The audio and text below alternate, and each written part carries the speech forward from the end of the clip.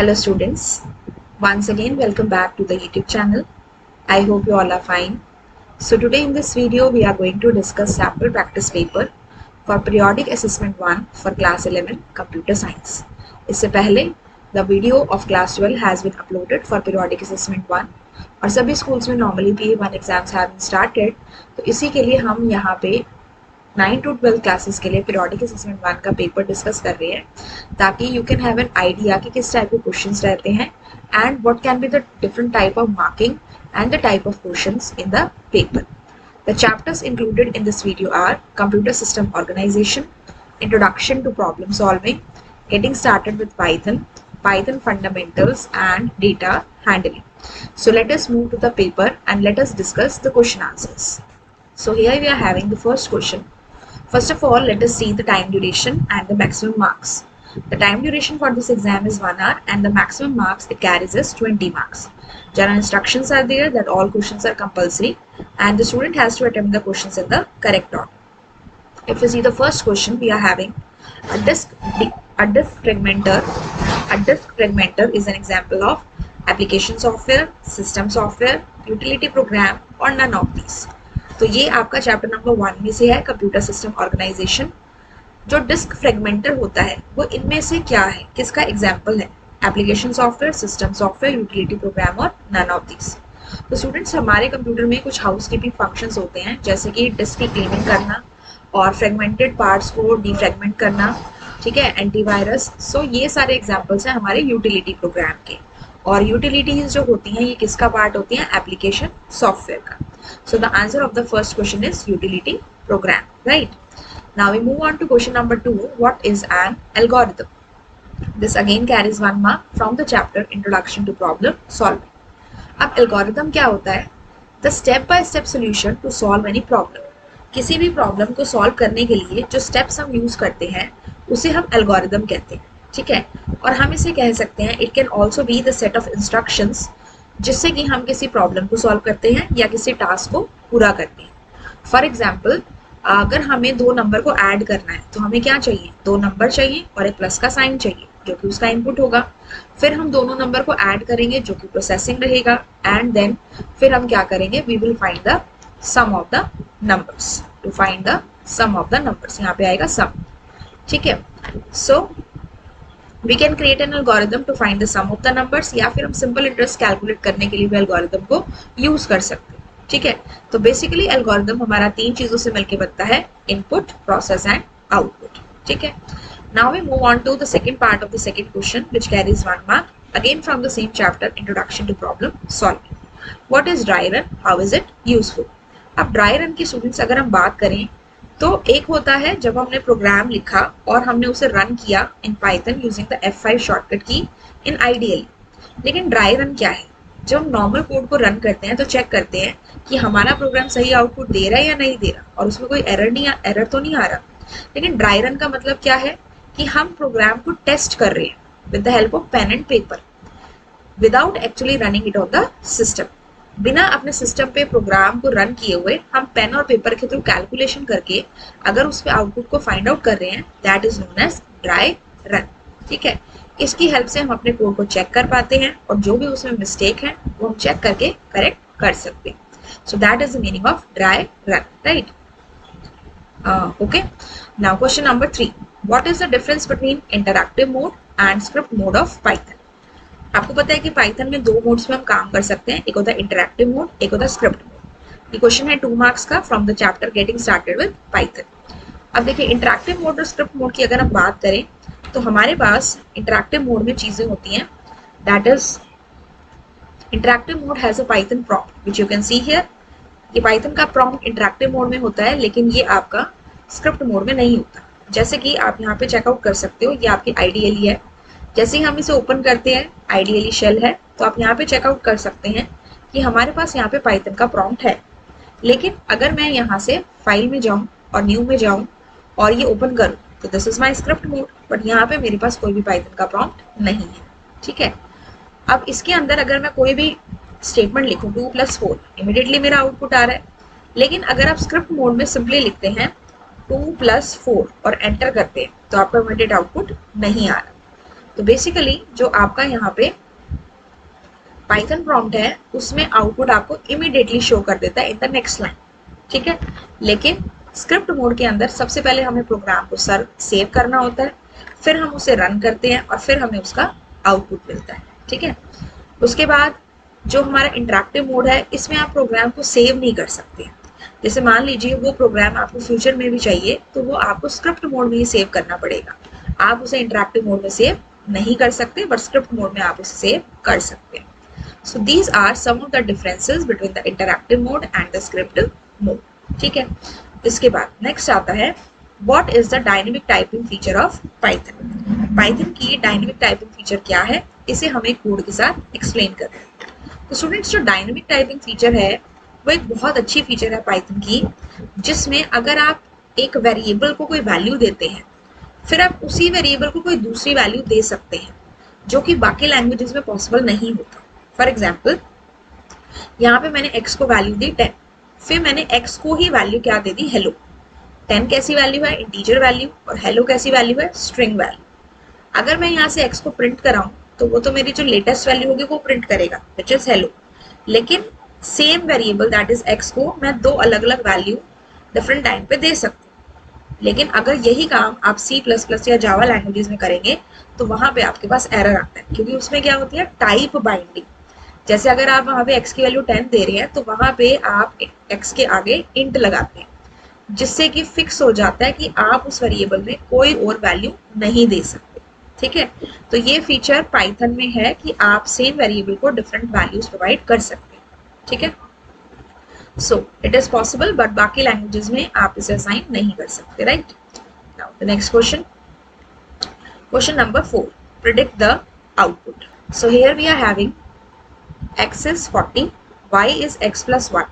तो यहाँ से हमारी y की वैल्यू कितनी हो गई, 40 plus 1 which is equal to 41। Now it says in the next line x equals to 20, that is जो x की वैल्यू है वो 20 है, कॉमा में y plus x है।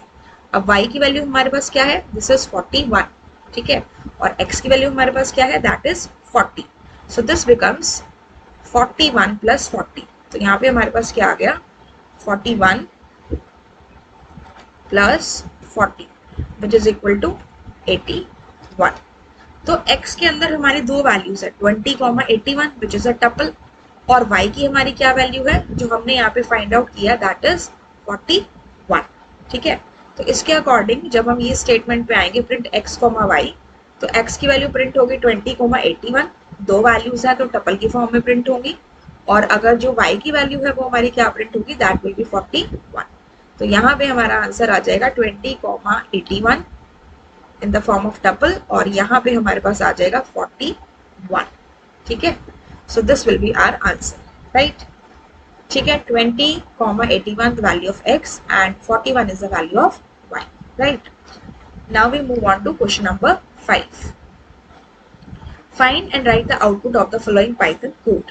Here it says a is equal to 5 minus 4 minus 3। तो क्या हुआ, 5 minus 4 is 1 and 1 minus 3 is minus 2, ठीक है। और इसके बाद है b equals to 3 raised to the power 2 raised to the power 3, ठीक है। तो इस केस में आप क्या करेंगे, यहाँ पे आइडियली पे जाते हैं, तो जब भी हमारे पास एक्सपोनेंशियल ऑपरेटर होता है तो उस केस में क्या होता है कि हम लेफ्ट से राइट की तरफ ना जाके राइट से लेफ्ट की तरफ जाते हैं। तो अगर मैं कहूँ 3 raise to the power 2 raise to the power 3, तो इसमें पहले क्या इवैल्यूएट होगा, सबसे पहले इसमें होगा 2 raise to the power 3 which is equal to 8, और फिर होगा 3 रेज टू द पावर 8। तो यहाँ पे देखो आंसर हमारा कितना आ रहा है, 6561। ये क्यों आ रहा है, क्योंकि सबसे पहले हुआ 2 raise to the power 3 which is equal to 8, फिर हुआ 3 raise to the power 8 which is equal to 6561। हमें देखने में लगता है कि पहले ये 3 रेज टू द पावर 2 होगा, अगर हम 3 की पावर 2 करें तो क्या आंसर होगा, 9, फिर 9 रेज टू द पावर 3 करें तो कितना होगा, 729। तो आंसर चेंज हो रहा है, लेफ्ट से राइट करेंगे तो 729 आएगा, और राइट से लेफ्ट करेंगे तो हमारा आंसर कितना आएगा, 6561। और जब भी आपके एक्सप्रेशन में एक से ज्यादा बार एक्सपोनेंशियल ऑपरेटर होता है तो हम उसे हमेशा राइट साइड से सॉल्व करते हैं। तो पहले 2 रेज़ टू द पावर 3 को सॉल्व किया विच बिकम्स 8, फिर 3 रेज़ टू द पावर 8 को सॉल्व करेंगे which becomes 6 5 6 1. So that is why our answer here is -2 and 6561. ठीक है, and here we get the answer -2 and 6561, right? Now this is a 2-mark question again from the Python fundamentals of the data handling chapter. अब हम move करते हैं question number 6 पे. Question number 6 is a coding question. In this, we have to write a program to obtain the principal amount, rate of interest and time from the user and compute the simple interest. It is a 2-mark question. तो सबसे पहले आपने user से 3 चीजें लेनी, principal, rate of interest and time. इस case में हमने क्या किया, P equals to int input enter the principal. ठीक है, यहाँ प्रिंसिपल में AL हो जाएगा, राइट.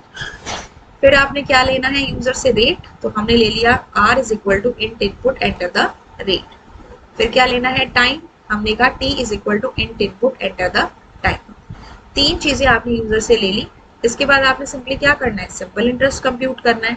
तो आप सिंपली फॉर्मूला दे देंगे, simple interest equals to P into R into T by 100. Make sure कि यहाँ पे आप डिवाइडेड बाय 100 से पहले P into R into T में ब्रैकेट्स लगा दें. अदरवाइज क्या होगा कि ये जो 100 है P से सिर्फ डिवाइड होगा. ठीक है, तो ब्रैकेट्स लगानी जरूरी है. पहले ये P R और T that is principal, rate and time का प्रोडक्ट करेगा, फिर उसे 100 से डिवाइड करेगा और लास्ट में हमने प्रिंट करा दिया सिंपल इंटरेस्ट इज SI, क्योंकि ये कौन से वेरिएबल में स्टोर्ड है, SI. ठीक है, तो इस तरह से हमें इस क्वेश्चन की कोडिंग करनी है. The screenshot is attached, right. Now, question number 7 says, identify the correct output of the following Python code. Also, what can be the maximum and the minimum number generated by line 2? This is my line number 2. ठीक है, अब आपने इस code के according output बताना है. ठीक है, आउटपुट बताने के लिए हमें कोड को पढ़ना पड़ेगा. सबसे पहले हमने यहाँ पे रैंडम मॉड्यूल को इंपोर्ट किया. फिर हमने कहा R equals to random dot rand int 10, 100 minus 10. अब जो रैंड इंट फंक्शन होता है वो क्या करता है, लोअर लिमिट और अपर लिमिट के बीच की वैल्यूज भी देता है, और जो आप उसमें स्पेसिफाई करेंगे लोअर लिमिट और अपर लिमिट, वो भी आंसर आपको दे सकता है. फॉर एग्जाम्पल, अगर मैं यहाँ पे IDLE के अंदर रैंडम मॉड्यूल को इंपोर्ट करूँ, इंपोर्ट रैंडम एंड आई से रैंडम डॉट रैंड इंट, हमने यहाँ पे कह दिया 10, 100.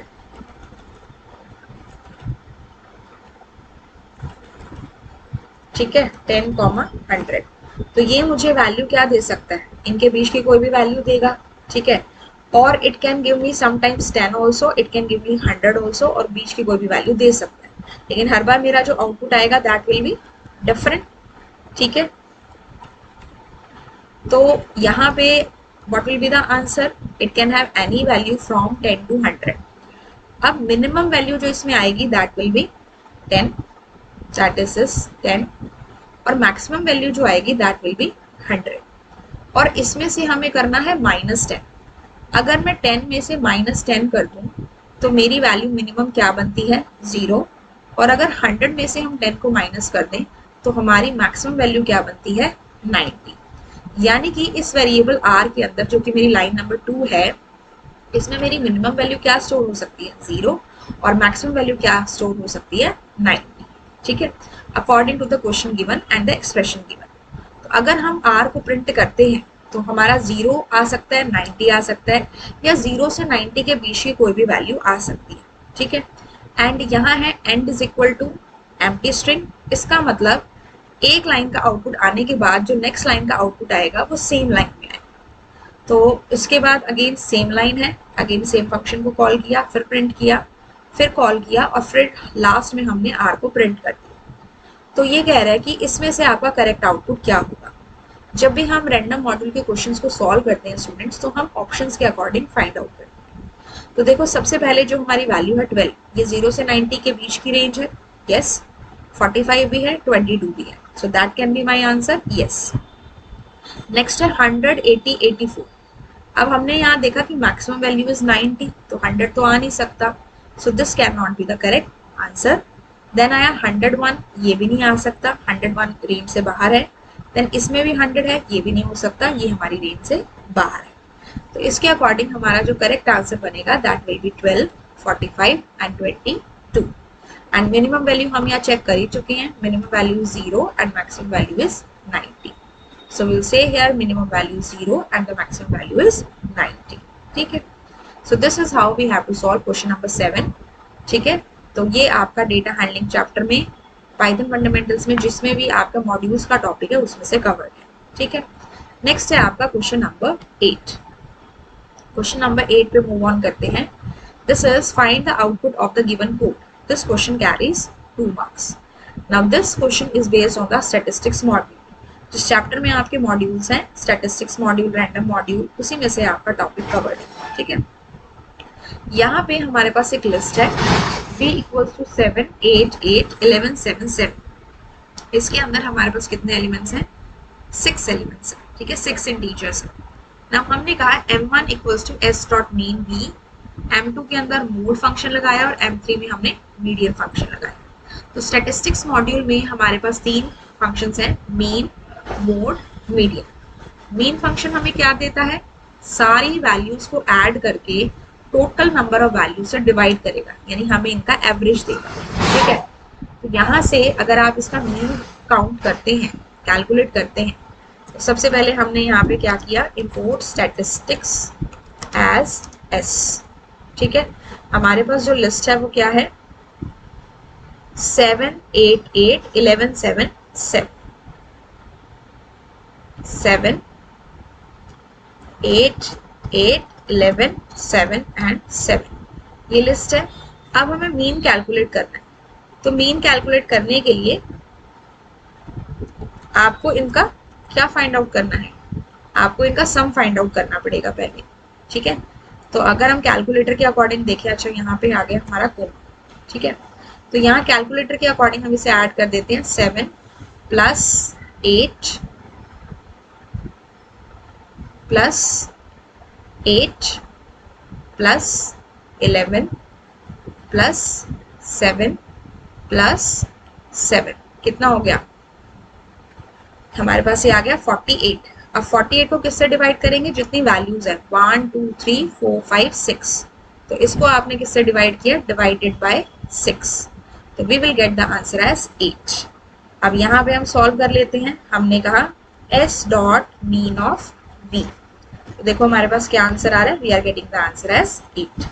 तो इस पार्ट का हमारा आंसर क्या हो जाएगा? प्रिंट m1 किया तो we will get the answer here as 8। ये मीन आ गया।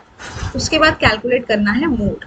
मोड का मतलब होता है कौन सी ऐसी वैल्यू है जो हमारी लिस्ट में maximum number of times I है। अब देखो 7 3 टाइम्स आया है, 8 2 टाइम्स आया है और 11 1 टाइम आया है। तो कौन सी वैल्यू सबसे ज्यादा बार आई? That is 7। सो इसके अकॉर्डिंग हमारा जो मोड है वो कितना हो गया? 7। ठीक है, नेक्स्ट हमें कैलकुलेट करना है मीडियन। मीडियन का मतलब जो मिडल वैल्यू आ रही है वो हमारी मीडियन है। अब मिडल वैल्यू के लिए 2 तरीके से हमें फाइंड आउट करना होगा। ओड नंबर ऑफ वैल्यूज हैं तो अलग होती है और इवन नंबर ऑफ वैल्यूज है तो अलग होती है। अब इसमें कितनी वैल्यूज हैं? हमारे पास 6। सबसे पहले हम इन्हें असेंडिंग ऑर्डर में अरेंज करेंगे। ठीक है, तो यहाँ पे आपने इन्हें क्या किया? असेंडिंग ऑर्डर में अरेंज कर दिया। तो हमारी लिस्ट में कैसे बन गया? 7 7 7 8 8 11। ठीक है, अब आपने क्या करना है? चेक करो, 1 2 3 4, 1 2 3 4। अब 6 में अगर मान लो 5 एलिमेंट होते तो जो थर्ड एलिमेंट है वो आगे से भी थर्ड होता, पीछे से भी थर्ड होता। लेकिन जब इवन नंबर ऑफ एलिमेंट्स होते हैं तो जो आपके मिडल एलिमेंट 2 बन रहे होते हैं उनको ऐड करना होता है। देखो 1 2 3 एंड दिस इज 4, ये जो 8 है, फिर 1 2 3 एंड 4, यहाँ पे 7 है। तो ये जो 2 वैल्यूज हैं these are my middle values. ठीक है, तो इनका हम क्या करेंगे? इन दोनों को हम ऐड करके इनका एवरेज निकाल देंगे। तो 7 प्लस 8 डिवाइडेड बाय 2। तो जैसे ही हमने ये किया हमारे पास क्या आ गया? 7.5। सो this is my that is median. तो ये दिस इज माई मीडियन। ठीक है, तो मीन मेरे पास यहाँ पे क्या आया था? I got my mean as 8, then I got my median mode as 7 and my median is 7.5. I hope this is clear to all of you students. Now the next question is question number 9 from the chapter Computer System Organization. What are the various categories of software? Explain them. This is of 2 marks. Now there are two types of the software students, application software and system software. जब भी हम software की बात करते हैं तो हमारे पास दो तरीके के सॉफ्टवेयर होते हैं, application software and system software. अब नाम से पता लग रहा है एप्लीकेशन सॉफ्टवेयर ऐसे सॉफ्टवेयर जो किसी पर्टिकुलर टाइप ऑफ वर्क को करते हैं, जैसे कि फोन में एप्स होती हैं, जोमेटो है उससे आप फूड ऑर्डर करते हैं, उबर है उससे आप कैब की बुकिंग करते हैं। इसी तरह से कंप्यूटर में जो एप्लीकेशंस होती हैं उन्हें हम सॉफ्टवेयर कहते हैं और हर सॉफ्टवेयर का अपना एक काम होता है। कौन कौन से हो सकते हैं? जैसे कि वर्ड है, फोटोशॉप है, पेंट है। अब वर्ड में आप सिर्फ डॉक्यूमेंट्स बना सकते हो, फोटोशॉप में आप इमेज की एडिटिंग कर सकते हो और पेंट में आप इमेजेस बना सकते हैं और उसमें चेंजेस कर सकते हैं। तो हर सॉफ्टवेयर का अपना एक काम है, that is why it is called as application software. Now the next type of software is system software. नाम से ही पता लग रहा है ऐसा सॉफ्टवेयर जो हमारे पूरे कंप्यूटर सिस्टम को मैनेज करता है, उसकी फंक्शनैलिटी को चेक करता है, वो हमारा क्या है? System software. और कौन से होते हैं हमारे सिस्टम सॉफ्टवेयर? ऑपरेटिंग सिस्टम और लैंग्वेज प्रोसेसर्स। जैसे कि जब आप सिस्टम को स्टार्ट करते हैं तो जो फ्रिक्वेंटली पॉपुलरली यूज है दैट इज विंडोज, लाइनक्स है, देन आपका यूनिक्स है, ubuntu है, ये सारे ऑपरेटिंग सिस्टम है, मैकिंटोश है। फोन के ऑपरेटिंग सिस्टम होते हैं जैसे कि एंड्रॉयड ऑपरेटिंग सिस्टम। और लैंग्वेज प्रोसेसर क्या है? जैसे कि आपका असेंबलर है, कंपाइलर है, इंटरप्रेटर है। पाइथन क्या यूज करता है? इंटरप्रेटर। तो वो भी क्या है? System software. बिना ऑपरेटिंग सिस्टम के हमारा कंप्यूटर स्टार्ट नहीं हो सकता। तो सबसे पहली चीज है जो हमारे कंप्यूटर के लिए इंपॉर्टेंट है, that is why it is called as system software. ठीक है।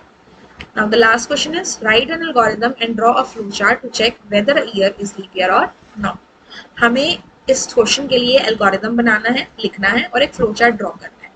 क्या क्वेश्चन है कि जो ईयर है वो लीप ईयर है या नहीं है।